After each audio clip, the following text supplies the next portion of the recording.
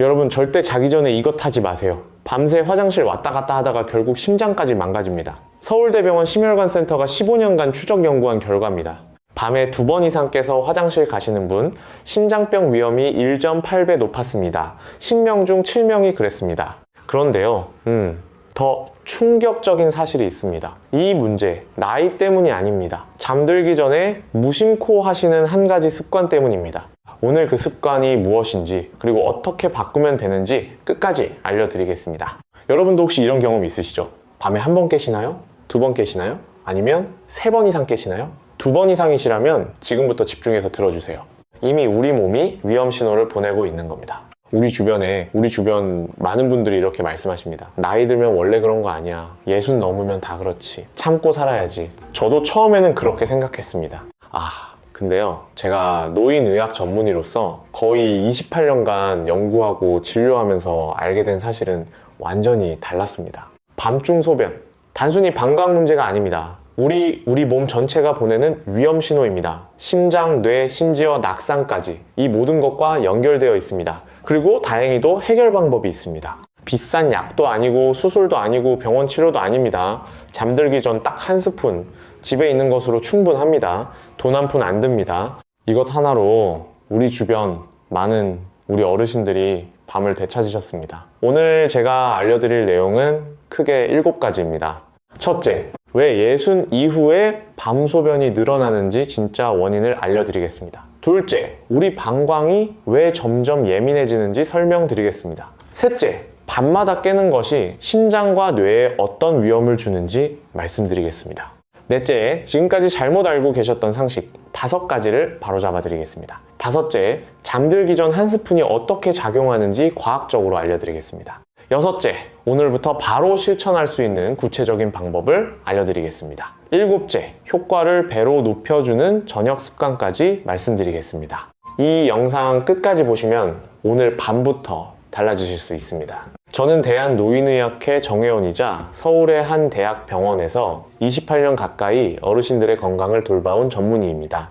진료실에서 수많은 어르신들을 만나면서 이건 나이 탓이야 하고 포기하시는 모습을 정말 많이 봤습니다. 이건 정말 안타깝습니다. 하지만 그분들 중 상당수가 이 방법을 알고 나서 밤이 달라졌다고 말씀해 주셨습니다. 오늘 저도 과장 없이 하지만 진심을 담아 말씀드리겠습니다. 영상을 시작하기 전에 질문 하나 드리겠습니다. 지금 이 영상을 어디에서 보고 계신가요? 침대에서 보고 계신가요? 거실 소파에서 보고 계신가요? 그리고 지금 시간은 몇 시인가요? 댓글로 한 줄만 남겨주세요. 화면 너머에 계신 여러분을 저는 숫자가 아니라 한 분 한 분의 어르신으로 생각하고 있습니다. 자, 이제 첫 번째 이야기를 시작하겠습니다. 왜 60이 넘으면 밤에 자주 깨게 되는지입니다. 여러분 혹시 이런 생각 해보신 적 있으세요? 젊었을 때는 밤새 푹 잤는데 언제부터 이렇게 됐지? 우리 주변 많은 분들이 우리 방광이 약해졌기 때문이라고 생각하십니다. 우리 친구분들한테 물어봐도 다 그렇다고 하시니까요. 모임에 가면 화장실 이야기가 빠지지 않으시죠? 나 요즘 밤에 3번은 깨. 나도 그래. 원래 그런 거 아니야? 저도 이런 대화를 정말 많이 들었습니다. 하지만 이것은 정확하지 않은 상식입니다. 어떻게 설명드릴까요? 사실 진짜 원인은 완전히 다른 곳에 있습니다. 바로 호르몬입니다. 우리 몸에는 항이뇨 호르몬이라는 것이 있습니다. 이름이 어려우시죠? 쉽게 설명드리겠습니다. 이 호르몬은 밤이 되면 신장에게 이런 명령을 내립니다. 이제 밤이니까 소변 생산을 줄여라. 몸을 쉬게 해라. 공장에 비유해 보겠습니다. 신장은 우리 몸의 정수 공장입니다. 하루 종일 혈액을 걸러서 노폐물을 소변으로 만들어냅니다. 매일 약 180리터의 혈액을 걸러냅니다. 정말 쉬지 않고 일하는 공장입니다. 젊었을 때는 어떨까요? 밤이 되면 공장장이 야간 근무자들에게 지시합니다. 오늘은 생산량을 줄여라. 밤에는 쉬어도 된다. 그래서 같은 양의 물을 마셔도 밤에는 소변이 거의 만들어지지 않습니다. 한번 잠들면 아침까지 푹 잘 수 있었던 이유가 바로 여기에 있습니다. 여러분도 젊었을 때는 그러셨죠? 한번 누우면 아침까지 깨지 않고 푹 주무셨을 겁니다. 우리 세대는 젊었을 때 정말 고생 많이 했습니다. 자식 키우느라 먹고 살기 바쁘느라 밤낮 없이 일했죠. 그때는 잠만 들면 아침까지 푹 잤는데 지금은 왜 이럴까요?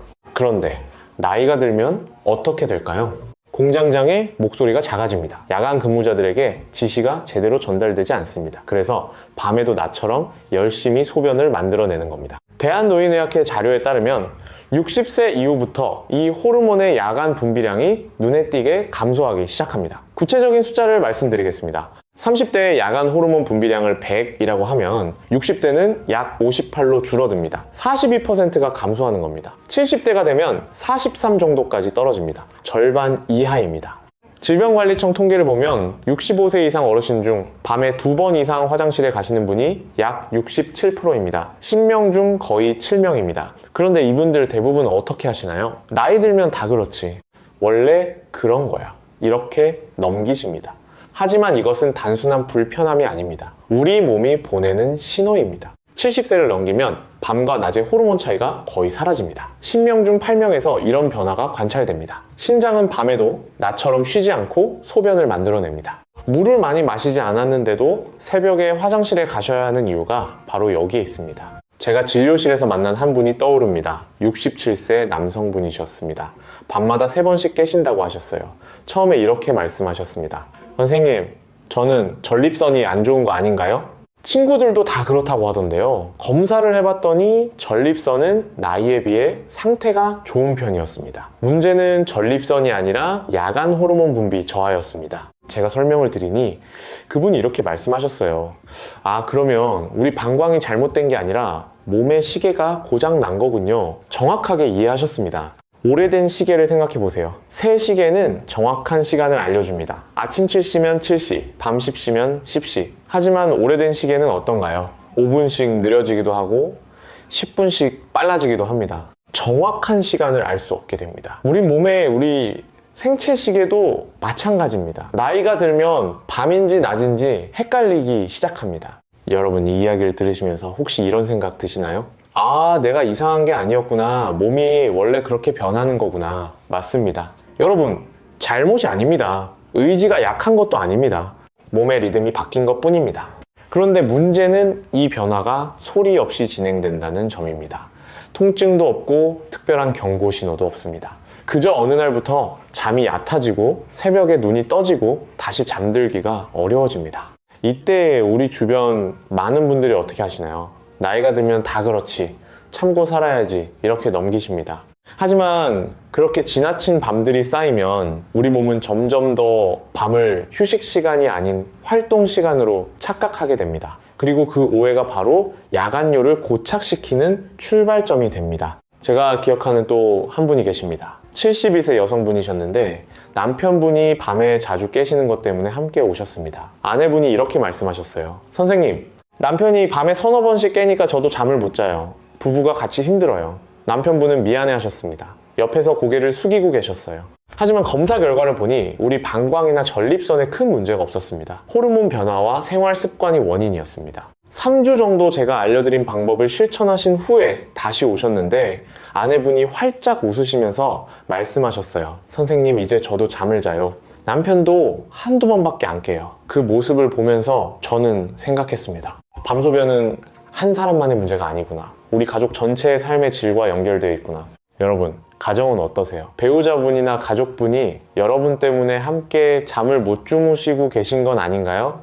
자, 지금까지 첫 번째 원인을 말씀드렸습니다. 호르몬 변화입니다. 기억하시죠? 이제 두 번째 원인으로 넘어가겠습니다. 호르몬 변화 위에 또 하나의 문제가 겹쳐집니다. 바로 우리 방광이 예민해지는 현상입니다. 우리 주변 많은 분들이 이상하게 생각하시는 부분이 있습니다. 화장실에 다녀와도 조금밖에 안 나왔어요. 그런데 왜 이렇게 자주 마려운 건지 모르겠어요. 이런 경험 있으시죠? 이 말씀 속에 핵심이 있습니다. 문제는 양이 아닙니다. 신호입니다. 국내 비뇨의학회 연구에 따르면 젊은 성인의 방광은 약 300ml가 차야 강한 신호를 보냅니다. 종이컵으로 거의 2컵 정도입니다. 그런데 65세 이후에는 어떨까요? 120에서 150ml만 차도 뇌로 긴급 신호를 보냅니다. 반컵도 안 되는 양입니다. 대한배뇨학회 연구에 따르면 65세 이상 어르신 중 71%가 이런 방광 과민 증상을 보입니다. 10명 중 7명입니다. 왜 이런 일이 생길까요? 방광벽에 있는 신경 말단이 노화와 함께 더 예민해지기 때문입니다. 오래된 화재 경보기에 비유해 보겠습니다. 새 경보기는 어떤가요? 진짜 불이 났을 때만 울립니다. 연기가 자욱해지고 온도가 확 올라갈 때 울립니다. 하지만 오래된 경보기는 다릅니다. 토스트 조금 태운 것만으로도 난리가 납니다. 요리하다가 연기 조금 났는데 경보기가 울어서 당황하신 적 있으시죠? 방광도 마찬가지입니다. 젊었을 때는 꽉 찰 때만 신호를 보냈습니다. 하지만 나이 들면 조금만 차도 난리를 칩니다. 뇌는 이 신호를 받으면 어떻게 할까요? 진짜 가득 찼구나. 일어나야겠다. 이렇게 몸을 깨웁니다. 그래서 화장실에 다녀와도 왜 이것밖에 안 나왔지 하는 느낌이 드는 겁니다. 서울의 한 대학병원에서 진행된 연구 결과가 있습니다. 밤에 3번 이상 화장실에 가시는 65세 이상 어르신 중 63%가 방광 용량은 정상이었습니다. 우리 방광이 작아진 것이 아니었습니다. 신호가 너무 빨리 울린 것입니다. 제가 기억하는 71세 남성 환자분이 계십니다. 이분은 밤마다 2-3번씩 깨시는데 소변량은 늘 적었습니다. 검사해보니 전립선도 괜찮고 방광도 특별한 이상이 없었습니다. 처음에 이렇게 말씀하셨어요. 내가 너무 예민한가 봐요. 성격이 원래 좀 급해서 그런가? 저는 그분께 이렇게 설명드렸습니다. 어르신, 우리 방광이 약해진 게 아닙니다. 경보장치가 너무 빨리 울리고 있는 겁니다. 어르신 성격 문제가 아닙니다. 이 설명을 듣고 나서 그분의 표정이 조금 편안해지셨습니다. 문제를 이해하는 것만으로도 마음이 놓이시는 거죠. 여러분은 어떠세요? 화장실에 가셔도 양이 많으신 편인가요? 적으신 편인가요? 적은 편이시라면 방광신호 과민이 원인일 수 있습니다.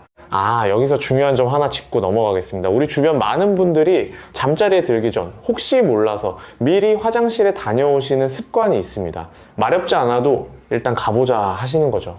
현명한 행동처럼 보입니다. 하지만 사실 이것이 방광을 더 예민하게 훈련시킬 수 있습니다. 대한배뇨학회 자료에서도 반복적인 사전 배뇨가 방광 용적을 줄이는데 영향을 줄 수 있다고 설명하고 있습니다. 방광은 기억하는 기관입니다. 자주 조금만 차도 비우면 그 상태를 정상으로 학습합니다. 손주 키우시는 것에 비유해 보겠습니다. 손주를 키우실 때 생각해 보세요. 아이가 조금만 보채도 바로 달래주면 어떻게 되나요? 아이는 조금만 불편해도 울게 됩니다. 어느 정도 참는 것을 배워야 합니다. 방광도 마찬가지입니다.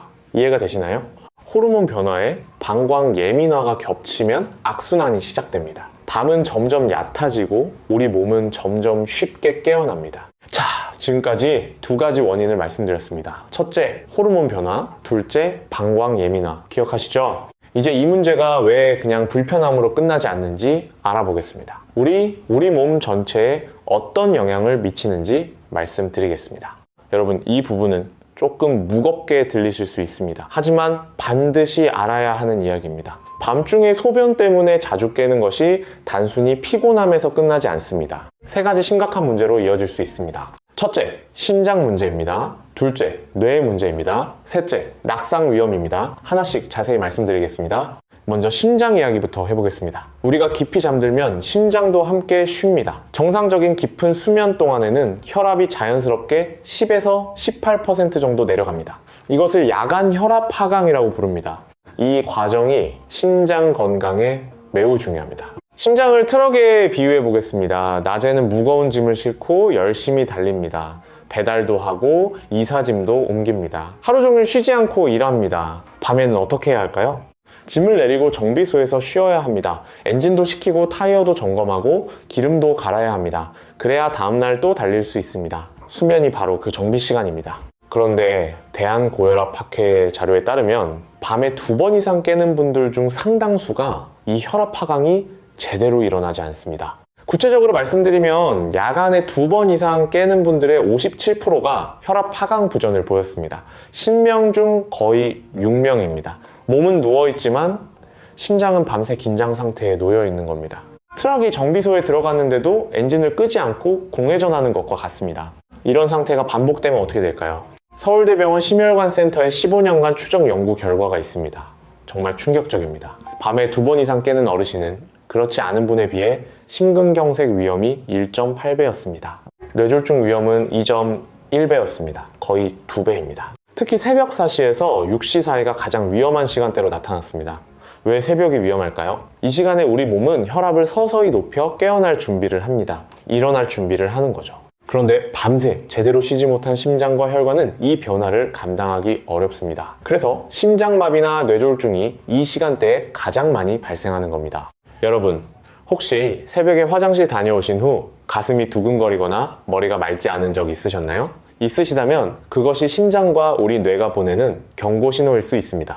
저는 이 이야기를 들을 때마다 마음이 무겁습니다. 왜냐하면 우리 주변 많은 분들이 이 위험을 모르고 계시기 때문입니다. 아들, 딸에게 짐이 되고 싶지 않으시죠? 손주들과 오래오래 놀아주고 싶으시죠? 그러시려면 이 밤 소변 문제를 가볍게 넘기시면 안 됩니다. 제가 진료실에서 만난 한 분이 떠오릅니다. 68세 남성분이셨습니다. 늘 웃으시면서 건강하게 지내시던 분이었어요. 손주가 둘인데 매주 주말마다 놀아주시는 게 가장 큰 낙이라고 하셨습니다. 어느 날 새벽에 화장실 다녀오시다가 갑자기 어지러우셨다고 합니다. 다행히 심하지는 않아서 넘어지지는 않으셨어요. 하지만 그 후로 밤마다 불안해하셨습니다. 혹시 또 어지러우면 어떡하지? 넘어져서 다치면 손주들이랑 못 놀아주는데 그분이 하신 말씀이 아직도 기억납니다. 선생님, 저는 손주들한테 할아버지 최고 소리 듣는 게 제일 좋아요. 병원에 입원해서 아이들 걱정시키고 싶지 않아요. 그 마음, 여러분도 똑같으시죠? 다음은 뇌 이야기입니다. 깊은 수면 중에는 뇌 안에서 아주 중요한 일이 일어납니다. 낮 동안 쌓인 노폐물을 청소하는 겁니다. 특히 알츠하이머와 관련된 베타 아밀로이드라는 단백질이 이 시간에 제거됩니다. 우리 뇌를 가게에 비유해 보겠습니다. 낮에는 손님을 맞이하느라 바쁩니다. 계산도 하고 물건도 정리하고 새 물건도 들여놓습니다. 하루 종일 쉴 틈이 없죠. 그러다 보면은 쓰레기도 쌓이고 바닥도 더러워집니다. 밤에 가게 문을 닫으면 어떻게 하나요? 청소를 합니다. 바닥도 쓸고 진열대도 닦고 쓰레기도 버립니다. 그래야 다음날 새로 손님을 맞을 수 있습니다. 잠이 바로 그 청소 시간입니다. 뇌척수액이라는 것이 빗자루와 걸레 역할을 합니다. 수면 중에 뇌척수액이 순환하면서 노폐물을 쓸어냅니다. 대한신경과학회 보고에 따르면 깊은 수면 중에 뇌의 노폐물 청소 효율이 깨어있을 때보다 10배 높습니다. 그런데 자꾸 깨면 어떻게 될까요? 가게 문을 열었다 닫았다 하면 청소를 제대로 할 수 없겠죠. 국내 신경과학회 연구 결과에 따르면 수면이 자주 중단될수록 기억력 저하와 인지기능 감소가 빠르게 나타났습니다. 특히 야간에 3번 이상 깨는 분들은 그렇지 않은 분에 비해 5년 후 치매 발생률이 7배 높았습니다. 많은 우리 어르신들이 말씀하십니다. 요즘 깜빡깜빡해요. 이름이 잘 안 떠올라요. 뭘 하려고 했는지 잊어버려요. 이것이 단순한 노화가 아니라 깨진 수면의 결과인 경우가 적지 않습니다. 여러분, 혹시 최근에 이런 경험 있으셨나요? 냉장고 앞에 가서 뭘 꺼내려고 했는지 잊어버리신 적 있으세요? 열쇠를 어디 뒀는지 한참 찾으신 적 있으세요? 손주 이름이 순간 생각이 안 나신 적 있으세요? 있으시다면 혹시 밤잠이 문제일 수 있습니다. 저도 환자분들께 이 이야기를 드리면 우리 주변 많은 분들이 깜짝 놀라십니다. 아니, 밤에 화장실 가는 것이랑 기억력이랑 무슨 상관이에요? 이런 질문을 자주 받습니다. 상관이 있습니다. 아주 깊은 상관이 있습니다. 수면은 뇌의 청소 시간입니다. 이 시간이 계속 방해받으면 뇌에 노폐물이 쌓입니다. 그 노폐물이 바로 치매와 관련이 있습니다. 여러분은 혹시 주변에 치매에 걸리신 분을 보신 적 있으세요? 저는 진료실에서 정말 많이 봅니다. 그리고 그 가족들의 고통도 함께 봅니다. 치매는 본인만의 고통이 아닙니다. 우리 가족 전체가 함께 힘들어집니다. 자식들이 일을 그만두고 간병해야 합니다. 손주들이 할아버지 할머니를 몰라보게 됩니다.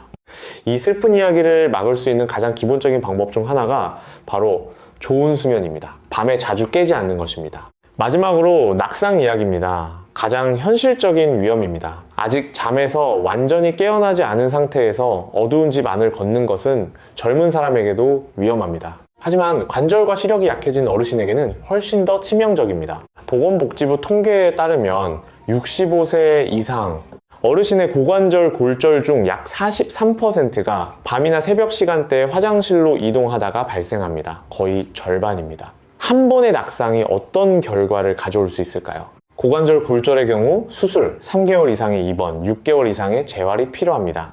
그리고 안타깝게도 고관절 골절 후 1년 내 사망률이 19%에 달합니다. 5명 중 1명입니다. 제가 잊지 못하는 한 분이 계십니다. 서울에 사시던 69세 여성분이셨습니다. 평소에는 매우 활동적이고 혼자 생활도 잘하시던 분이었습니다. 손주들과 공원에도 자주 가시고 친구분들과 여행도 다니셨습니다. 어느 날 새벽 화장실로 가시다가 미끄러지셨습니다. 고관절을 다치셨습니다. 수술과 긴 재활 기간을 거쳤습니다. 회복 후 진료실에서 그분이 이렇게 말씀하셨습니다. 선생님, 그냥 한번 화장실 가려다 이렇게 될 줄은 몰랐어요. 이제 손주들이랑 놀아주기도 힘들어요. 그 말 속에는 신체적인 고통보다도 자신감이 무너진 마음의 상처가 더 크게 느껴졌습니다. 더 안타까운 것은 그분의 가족들이었습니다. 딸이 직장을 그만두고 간병을 해야 됐습니다. 우리 가족 전체의 삶이 달라졌습니다. 나중에 그 딸분이 저한테 따로 말씀하셨어요. 선생님, 엄마가 밤에 자주 깬다는 건 알고 있었어요. 근데 그게 이렇게 위험한 줄은 몰랐어요. 진작 알았으면 뭔가 했을 텐데. 그 말을 듣는 순간 저도 마음이 아팠습니다. 여러분의 자녀분들도 아마 모르고 계실 겁니다. 부모님이 밤에 몇 번씩 깨신다는 것을요. 그리고 그것이 얼마나 위험한지도요. 오늘 이 영상을 자녀분들과 함께 보시는 것도 좋은 방법입니다. 가족이 함께 알아야 함께 예방할 수 있습니다. 여러분은 어떠세요? 침실에서 화장실까지 밤에 안전하게 이동할 수 있는 환경이신가요? 조명은 있으신가요? 센서 조명이나 야간 조명을 설치해 두셨나요? 문턱은 없으신가요? 작은 문턱도 밤에는 위험합니다. 미끄러운 바닥은 아니신가요? 화장실 바닥에 미끄러움 방지 매트가 있으신가요? 침대에서 일어날 때 잡을 수 있는 것이 있으신가요? 만약 한 가지라도 걱정이 되신다면 이 문제를 가볍게 넘기시면 안 됩니다. 자, 지금까지 3가지 위험을 말씀드렸습니다. 첫째, 심장 문제. 밤에 2번 이상 깨면 심장병 위험 1.8배. 둘째, 뇌 문제. 수면 중단으로 치매 위험 1.7배. 셋째, 낙상 위험. 고관절 골절의 43%가 야간 화장실 이동 중 발생. 기억하시죠? 그래서 저는 항상 강조합니다. 밤중 소변은 불편함의 문제가 아닙니다. 위험의 문제입니다. 다행히도 이 악순환을 부드럽게 끊어낼 방법이 있습니다. 몸을 억지로 누르는 방식이 아니라 밤에 쉬어도 된다는 신호를 다시 보내주는 방법입니다. 하지만 방법을 알려드리기 전에 먼저 여러분이 잘못 알고 계실 수 있는 상식들을 바로 잡아드리겠습니다. 이것을 모르시면 아무리 좋은 방법도 효과가 없습니다. 지금부터 말씀드릴 내용은 우리 주변 많은 분들이 깜짝 놀라실 수 있습니다. 지금까지 알고 계셨던 것과 완전히 다르기 때문입니다. 잘못된 상식 5가지를 말씀드리겠습니다. 첫째, 저녁에 물을 안 마시면 된다는 상식입니다. 우리 주변 많은 분들이 밤에 화장실 가기 싫어서 저녁 6시 이후로 물을 거의 안 드십니다. 현명한 방법처럼 보이죠? 하지만 이것은 오히려 역효과를 냅니다. 왜 그럴까요? 수분이 부족해지면 소변이 농축됩니다. 진한 소변은 방광벽을 자극합니다. 자극을 받은 방광은 더 예민해집니다. 더 자주 신호를 보냅니다. 대한배뇨학회 연구에 따르면 저녁 수분 섭취를 극단적으로 줄인 그룹이 오히려 야간뇨 빈도가 높았습니다. 그러면 어떻게 해야 할까요? 답은 적당입니다. 저녁 식사 후 물 1컵, 종이컵으로 1컵 정도는 오히려 드시는 것이 좋습니다. 다만 잠들기 2시간 전부터는 줄이시면 됩니다. 둘째, 카페인만 피하면 된다는 상식입니다. 커피를 끊으면 괜찮아지겠지 생각하시는 분들이 많습니다. 물론 카페인은 줄이시는 게 좋습니다. 하지만 문제는 카페인만이 아닙니다. 알코올이 더 큰 문제입니다. 저녁에 소주 한 잔, 맥주 한 캔 드시는 분들 많으시죠? 잠이 잘 올 것 같다고 드시는 분도 계십니다. 하지만 알코올은 항이뇨 호르몬 분비를 억제합니다. 앞서 말씀드린 그 호르몬입니다. 공장장의 목소리를 더 작게 만듭니다. 그리고 방광을 자극해서 더 자주 마렵게 만듭니다. 서울대병원 비뇨의학과 연구에 따르면 저녁에 알코올을 섭취한 날 밤 야간뇨 빈도가 평균 1.4배 증가했습니다. 저녁술은 밤 소변의 적입니다. 셋째, 나이 들면 어쩔 수 없다는 상식입니다. 60 넘으면 다 그렇지, 원래 그런 거야, 이렇게 생각하시는 분들이 정말 많습니다. 하지만 이것은 반은 맞고 반은 틀린 말입니다. 네, 나이 들면 호르몬이 변합니다. 방광도 예민해집니다. 이것은 사실입니다. 하지만 이 변화를 완전히 막을 수는 없어도 완화할 수는 있습니다. 같은 70세라도 밤에 한 번도 안 깨시는 분이 있고 4-5번 깨시는 분이 있습니다. 그 차이는 생활 습관에서 옵니다. 대한노인의학회 연구에 따르면 적절한 생활 습관 관리를 한 그룹이 그렇지 않은 그룹에 비해 야간뇨 빈도가 38% 낮았습니다. 포기하지 마세요. 넷째, 참으면 우리 방광이 튼튼해진다는 상식입니다. 무조건 참으면 된다라고 생각하시는 분들 계십니다. 참을수록 우리 방광이 커진다라고 믿으시는 거죠. 하지만 무리하게 참는 것은 오히려 해롭습니다. 우리 방광이 지나치게 늘어나면 방광벽 근육이 손상될 수 있습니다. 그리고 요로 감염 위험도 높아집니다. 적절한 시간에 배뇨하는 것이 중요합니다. 보통 3, 4시간 간격이 적당합니다. 다섯째, 약으로 해결해야 한다는 상식입니다. 밤에 자주 깨면 약을 먹어야지 하고 생각하시는 분들 계십니다. 물론 약이 필요한 경우도 있습니다. 전립선 비대증이나 과민성 방광 같은 질환이 있다면 전문의 처방이 필요합니다. 하지만 대부분의 야간뇨는 약 없이도 상당히 개선될 수 있습니다. 서울의 한 대학병원 연구에 따르면 생활습관 교정만으로 야간뇨가 48% 이상 개선된 경우가 전체의 62%였습니다. 약 없이 10명 중 6명이 좋아졌습니다. 자, 5가지 잘못된 상식을 바로잡아 드렸습니다. 첫째, 저녁에 물을 안 마시면 된다. 아닙니다. 적당히 드셔야 합니다. 둘째, 카페인만 피하면 된다. 알코올이 더 문제입니다. 셋째, 나이 들면 어쩔 수 없다. 생활 습관으로 38% 줄일 수 있습니다. 넷째, 무조건 참으면 된다. 오히려 해롭습니다. 다섯째, 약으로 해결해야 한다. 62%가 약 없이 좋아졌습니다. 기억나시죠? 이제 드디어 우리 주변 많은 분들이 가장 궁금해하시는 부분으로 들어가겠습니다. 잠들기 전 한 스푼이 어떻게 작용하는지 과학적으로 설명드리겠습니다. 먼저 한 가지 분명히 말씀드리겠습니다. 이 방법은 기적이 아닙니다. 모든 분에게 똑같은 효과를 보장하지도 않습니다. 하지만 몸의 원리를 이해하고 적용하시면 많은 분들에게 도움이 됩니다. 제가 말씀드리는 한 스푼은 방광을 억지로 누르는 방법이 아닙니다. 우리 몸 전체에 이제 쉬어도 된다는 신호를 보내는 방식입니다. 나이가 들수록 우리 몸은 강한 자극보다 정확한 신호에 더 잘 반응합니다. 국내 수면의학 연구에 따르면 노인의 야간 각성은 단순히 소변량 때문이 아니라 자율신경계의 균형이 깨졌을 때 더 쉽게 발생합니다. 자율신경계가 뭘까요? 쉽게 설명드리겠습니다. 우리 몸에는 2가지 페달이 있습니다. 자동차를 생각해보세요. 엑셀과 브레이크가 있죠. 교감신경은 엑셀입니다.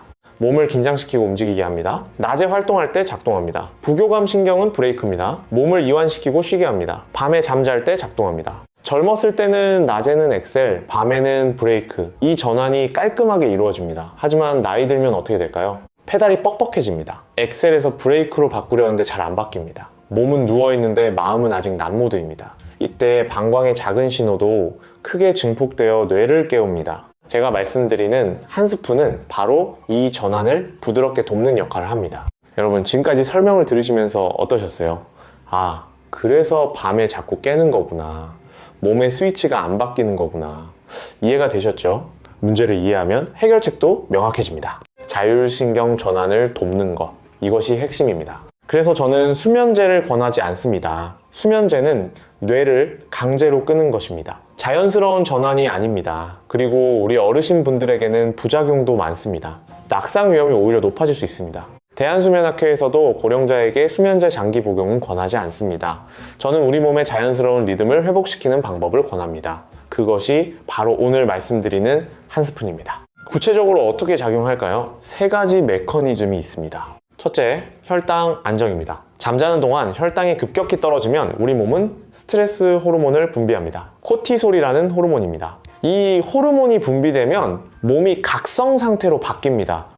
그리고 방광 자극도 함께 증가합니다. 서울의 한 대학병원에서 진행된 연구에서 잠들기 전 혈당 변동이 큰 노인일수록 야간뇨 빈도가 높았습니다. 잠들기 전 소량의 자연 당분은 밤새 혈당을 안정적으로 유지해줍니다. 급격한 저혈당을 막아주는 겁니다. 둘째, 부교감 신경 활성화입니다. 특정 식품에 들어있는 성분이 부교감 신경을 활성화합니다. 브레이크를 밟아주는 역할을 하는 거죠. 예를 들어 바나나에 있는 마그네슘과 칼륨, 꿀에 있는 트립토판이 이런 역할을 합니다. 셋째, 방광 자극 완화입니다. 나이가 들면 방광 내벽이 건조하고 예민해집니다. 이때 자극을 완화해주는 요소가 있으면 배뇨 충동이 과도하게 발생하는 것을 줄여줍니다.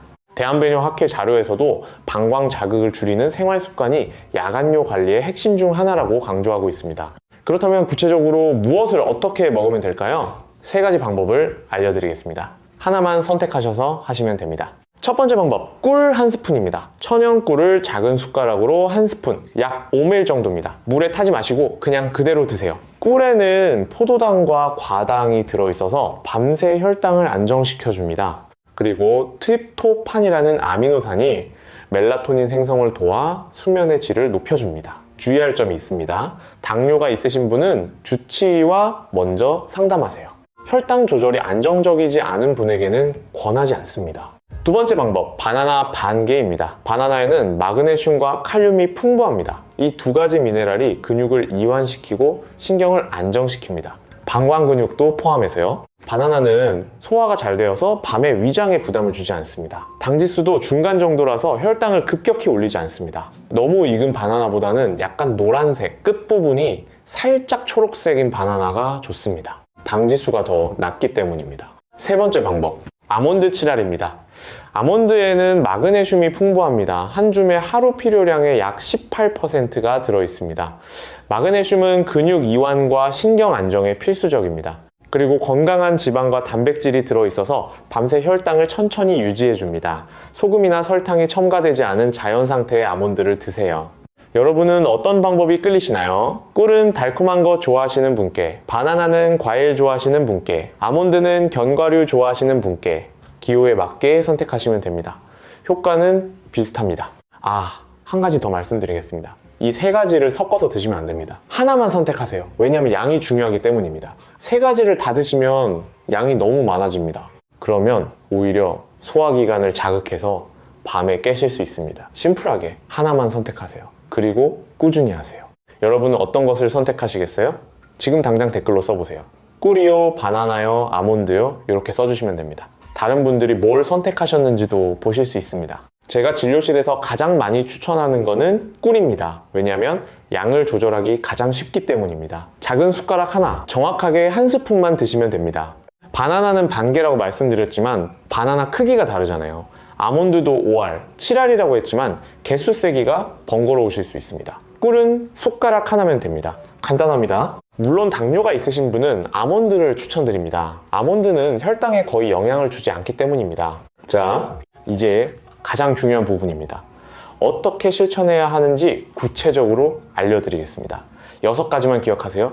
첫째, 시간입니다. 잠들기 30분에서 40분 전에 드세요. 너무 이르면 효과가 분산되고 너무 늦으면 몸이 신호를 받아들이기 전에 잠자리에 들게 됩니다. 국내 수면의학 연구에서도 이 시간대가 자율신경 전환이 가장 자연스럽게 일어나는 구간이라고 설명하고 있습니다. 둘째, 양입니다. 한 스푼 이상 드시면 안 됩니다. 너무 많으면 오히려 소화기관을 자극해서 밤에 몸을 깨울 수 있습니다. 정확한 양이 중요합니다. 셋째, 물입니다. 가능하면 물과 함께 드시지 마세요. 물이 들어가면 위와 장이 다시 움직이기 시작합니다. 그 신호가 신장과 방광으로도 전달됩니다. 오히려 밤중 소변 신호가 활성화될 수 있습니다. 대한수면학회에서도 잠들기 전 수분 섭취를 최소화하는 것이 야간 각성을 줄이는데 도움이 된다고 설명하고 있습니다. 넷째, 일관성입니다. 하루 이틀로 효과를 기대하시면 안 됩니다. 최소 7일에서 14일 정도 꾸준히 하셔야 합니다. 국내 노인 수면 패턴 연구에서도 새로운 야간 습관이 자리 잡기까지 약 2주 정도 걸린다고 보고하고 있습니다. 중간에 한번 깼다고 해서 실망하지 마세요. 목표는 완전히 안 깨는 것이 아닙니다. 덜 깨고 다시 잠들기 쉬운 상태로 가는 것입니다. 다섯째, 기록입니다. 밤에 몇 번 깨셨는지 간단히 메모해 두세요. 달력에 숫자만 적어도 됩니다. 일주일 후, 2주일 후에 비교해 보시면 변화를 느끼실 수 있습니다.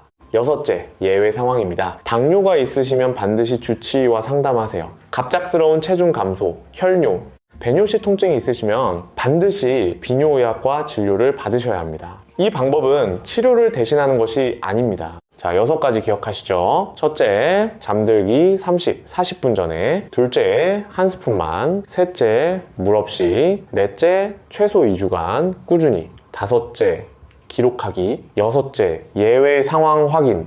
기억해 두세요. 중간 정리를 해드리겠습니다. 잠들기 40분 전. 한 스푼만.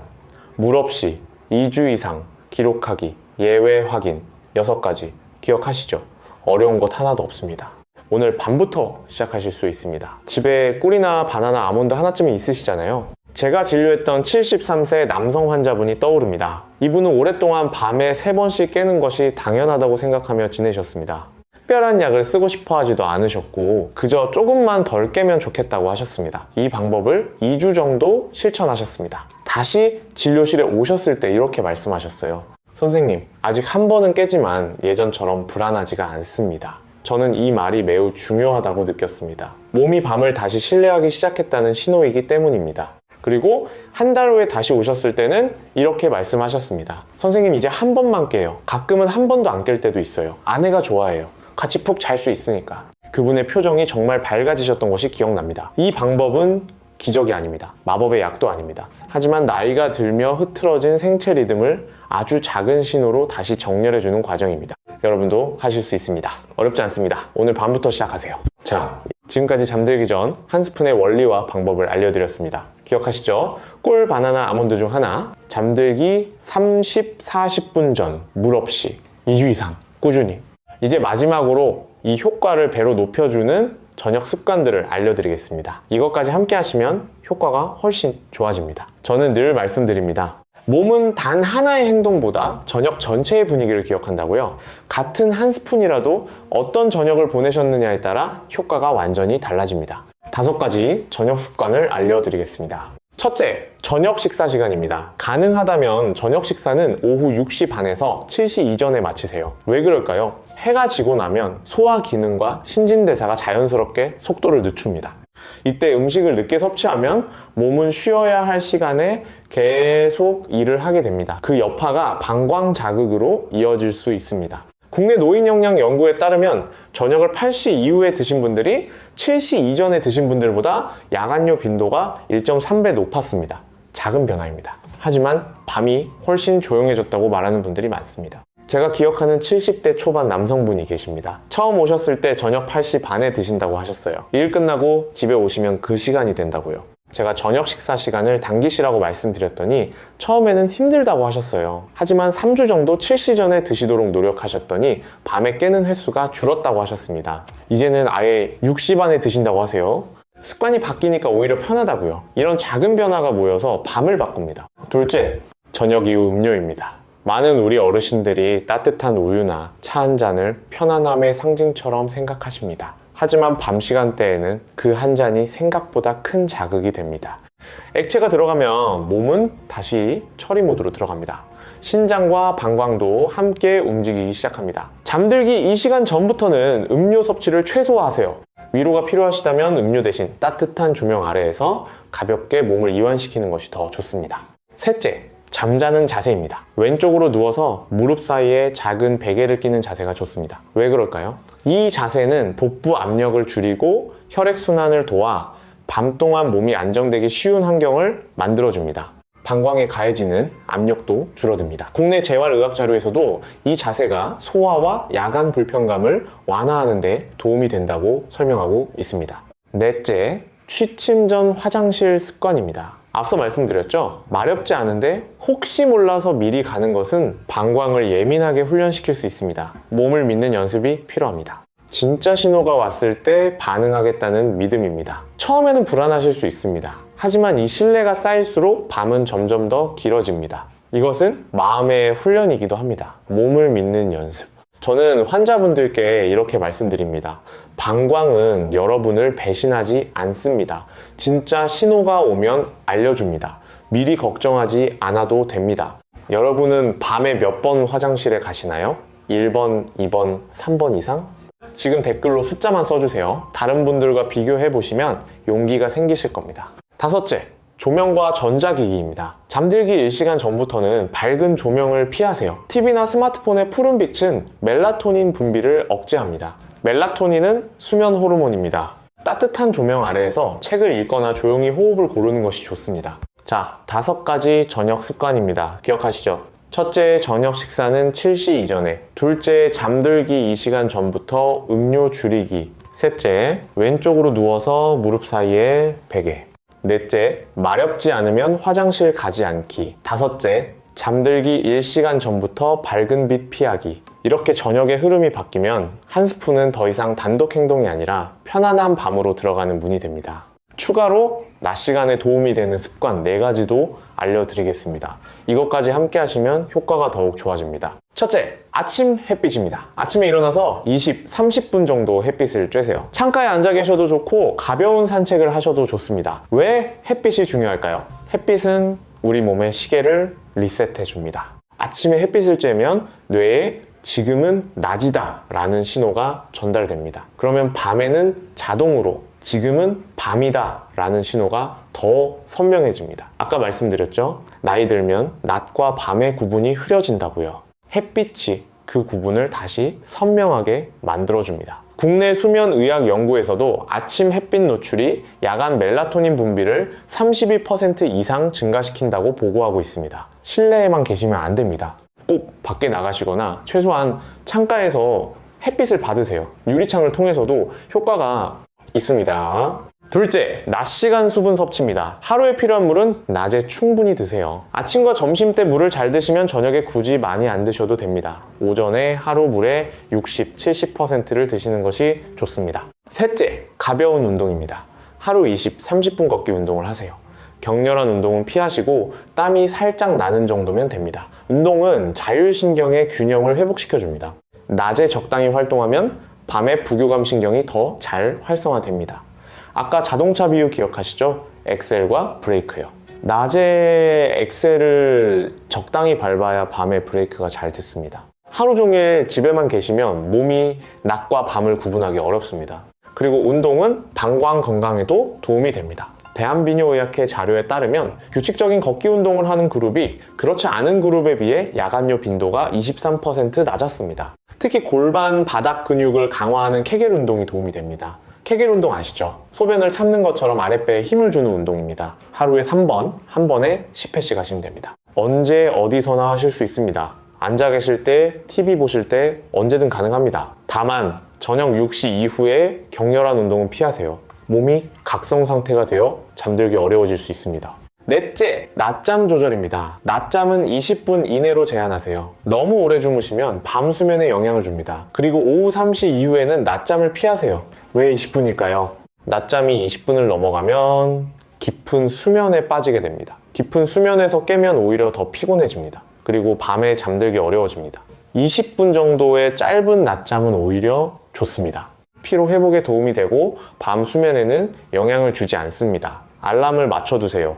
20분 후에 울리도록요. 그리고 누워서 주무시지 마시고 소파나 의자에 기대어 주무세요. 그래야 너무 깊이 잠들지 않습니다. 자, 이제 오늘 말씀드린 내용을 전체적으로 정리해 드리겠습니다. 긴 영상이었지만 여기까지 함께 해주셔서 감사합니다. 오늘 우리는 7가지를 함께 살펴봤습니다.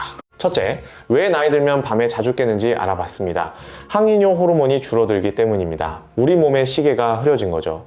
둘째, 우리 방광이 왜 예민해지는지 알아봤습니다. 경보기가 너무 빨리 울리는 겁니다. 셋째, 이것이 왜 위험한지 알아봤습니다. 심장병 위험 1.8배, 치매 위험 1.7배, 낙상 위험, 단순한 불편함이 아니었습니다. 넷째, 잘못된 상식 5가지를 바로잡았습니다. 저녁에 물 안 마시면 된다. 틀렸습니다. 나이 들면 어쩔 수 없다. 38% 줄일 수 있습니다. 다섯째, 잠들기 전 한 스푼이 어떻게 작용하는지 알아봤습니다. 혈당 안정, 부교감 신경 활성화, 방광 자극 완화 3가지 원리입니다. 여섯째, 구체적인 실천 방법을 알려드렸습니다. 잠들기 30, 40분 전 한 스푼만 물 없이 2주 이상 꾸준히.